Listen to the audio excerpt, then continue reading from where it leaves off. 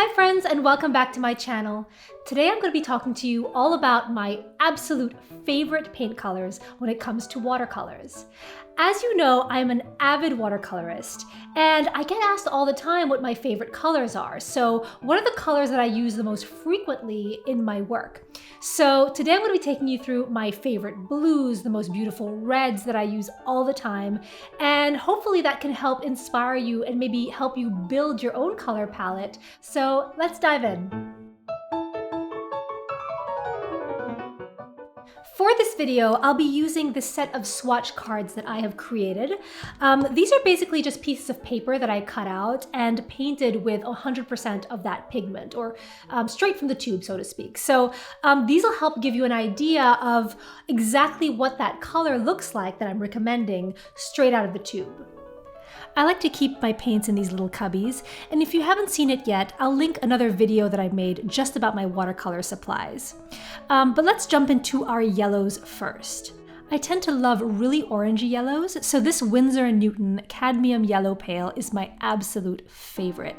It has so much pigmentation, and I love that it has this sunny, really vibrant sunflower yellow color.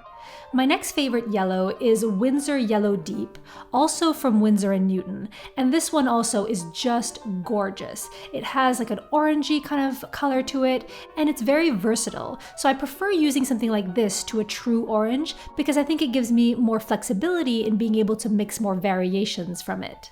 Now, those are my two tried and true favorites, but there is a new paint that I just discovered recently called Nickel Azo Yellow from Daniel Smith, which has a less orangey color to it.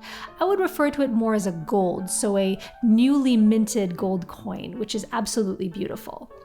Next up are the reds, and I have a special spot in my heart for reds, but the two that I rely on the most frequently are Winsor Red Deep from Winsor & Newton and Cadmium Red Deep, also from Winsor & Newton. The Winsor Red Deep has a little bit of a bluer undertone to it, kind of like a ripe cherry, and as you can see, you really don't need that much of it in order to get a beautiful saturation on your paper. If Winsor Red Deep was like a ripe cherry, then the Cadmium Red is like a fresh tomato, very warm and punchy and a little bit more orangey in quality. So those are my reds and my yellows, and like I mentioned before, because they're so highly pigmented, you can get away with just the tiniest drop of color or pigment. So even though the paints themselves are slightly more expensive than student grade paints, they go a really long way and just really pack that punch when you're creating your work.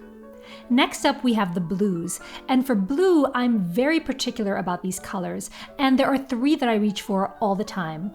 These are Winsor Blue Green Shade from Winsor & Newton, Prussian Blue, also by Winsor & Newton, and Indigo by, you guessed it, Winsor & Newton.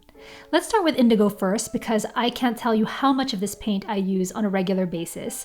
It's really versatile, and I can get from a very deep, dark, nearly black shade of blue to a pale and sophisticated sky blue with just this one pigment. My next favorite is Prussian Blue, which I also admittedly use a lot of. This particular blue has a little bit more brilliance to it, kind of like a sapphire. It has a lot of richness and deepness to the color and is less gray than the indigo.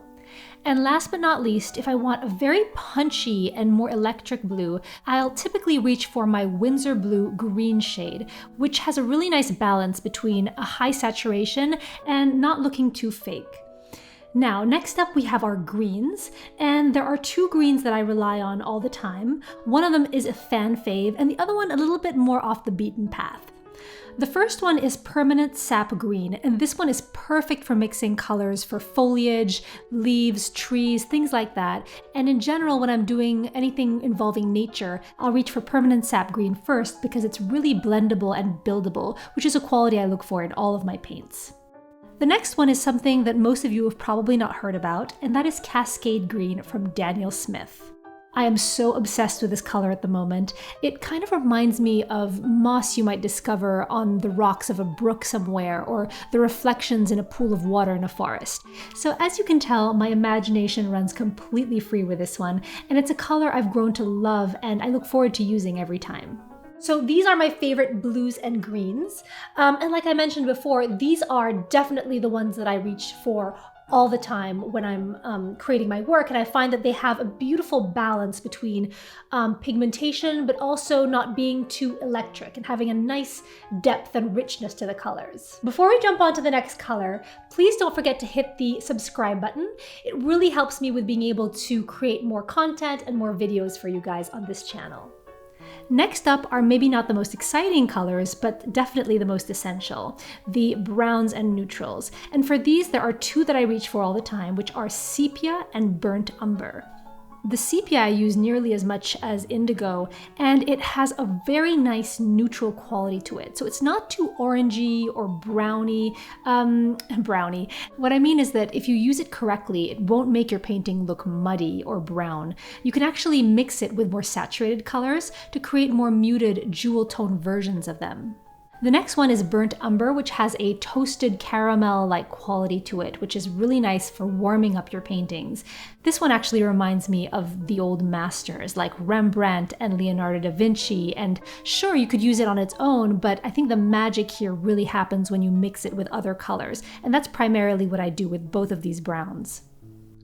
To finish off, let's talk about my favorite purples and pinks.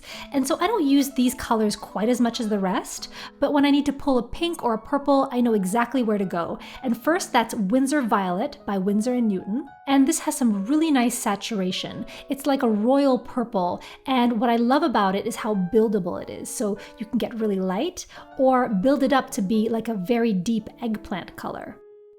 Next up is this quinacridone magenta by Winsor & Newton, and quite frankly, this is like the Swiss Army knife of pinks, because with this one pigment, you can create just about everything from the palest of petal pinks for, let's say, the petals in a flower, to a very saturated bubblegum pink. And then my last favorite pink is this Rose Doré by Winsor & Newton, which is sort of like a coral color. And this is a very difficult color to mix. So I just use it straight out of the tube and save myself a lot of trouble. And what I really like about it is that it has a ton of luminescence. So it looks like it's lit from within. And I like to harness that quality by mixing it into some of my skin tones when I'm painting people.